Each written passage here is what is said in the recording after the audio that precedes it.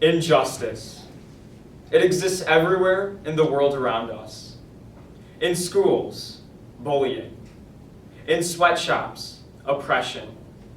On April 12th of 1999, Elie Wiesel delivered his famous The Perils of Indifference speech to an audience made up of Bill Clinton, his wife Hillary, members of Congress in both the House and the Senate, and other representatives from around the world.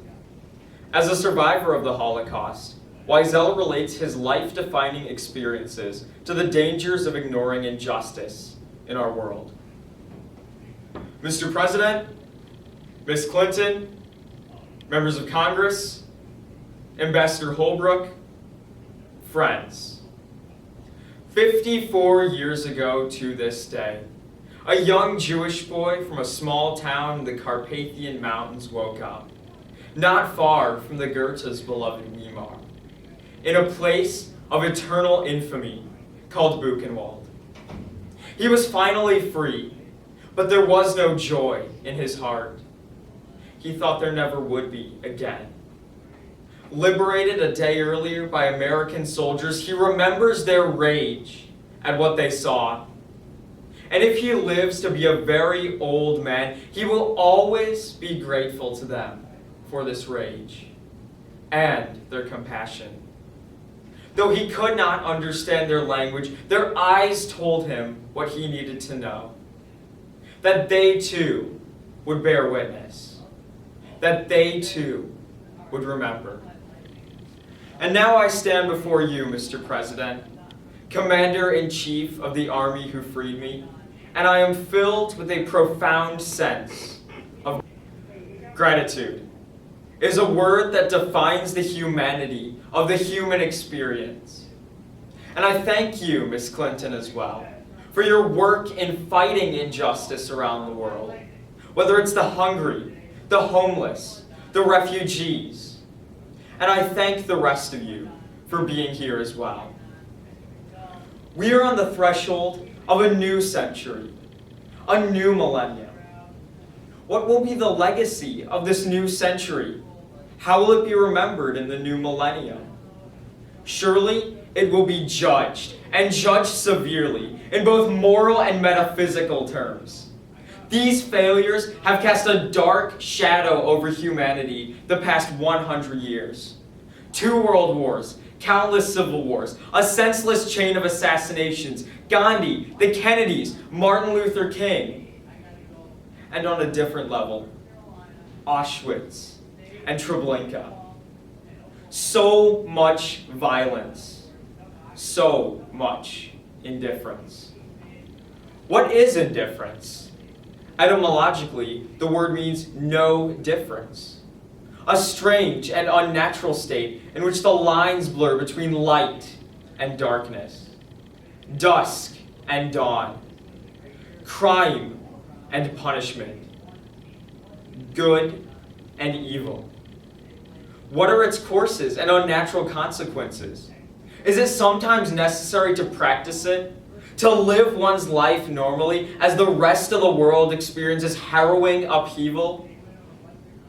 Over there, behind the black gates of Auschwitz, the most tragic of all prisoners were the Muselmaner, as they were called. Wrapped in their torn blankets, they would sit or lie on the ground, staring vacantly into space, unaware of who or where they were, strangers to their own surroundings.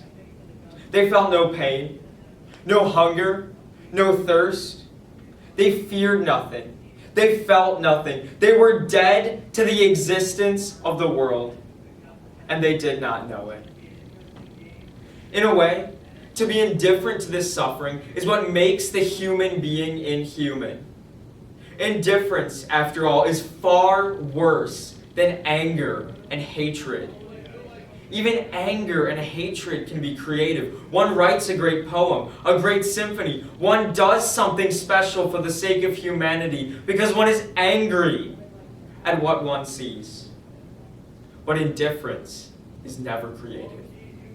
Even indifference can elicit a response. You fight it, you denounce it, you disarm it.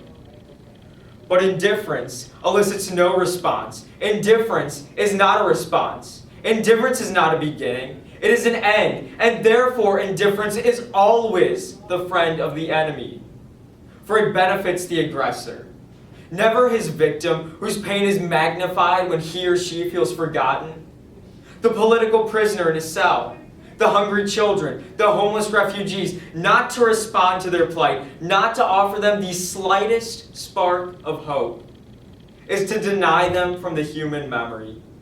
And in denying them from the human memory, we betray our own humanity. Indifference, then, is not only a sin, it is a punishment.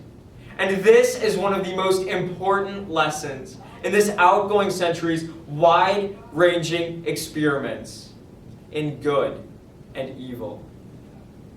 The depressing tale of the St. Louis is a case in point for this.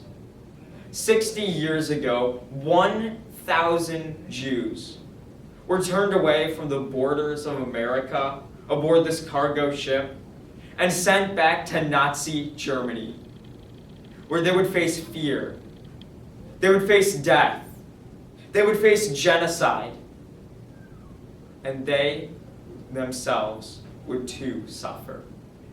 But I don't understand. Mr. Roosevelt was a man of compassion.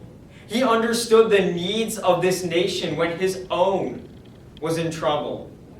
Why such indifference on such a large scale? But yet, my friends, so many good things have happened in this century. The fall of communism, the defeat of Nazism, the rebirth of Israel on its ancestral soil. And let us never forget, my friends, that eventful meeting which you, Mr. President, convened in this very place, in this very chamber. I was here, and I will never forget it. But this time, the world was not silent. This time, we do respond. This time, we intervene. But what about the children? We see them on TVs. We read about them in papers, and we do so with a heavy and beleaguered heart. But do we feel their pain? Do we feel their agony? Do we feel the need to respond in a way that is proactive? Their death is ultimately the most tragic. When adults wage war, children perish. Whether it's hunger, whether it's famine, or any form of death, children are involved. Some of them, so many of them, could be saved. And so once again, I think of that young Jewish boy from the small town in the Carpathian Mountains. He has grown old with me, as I myself have become a very old man.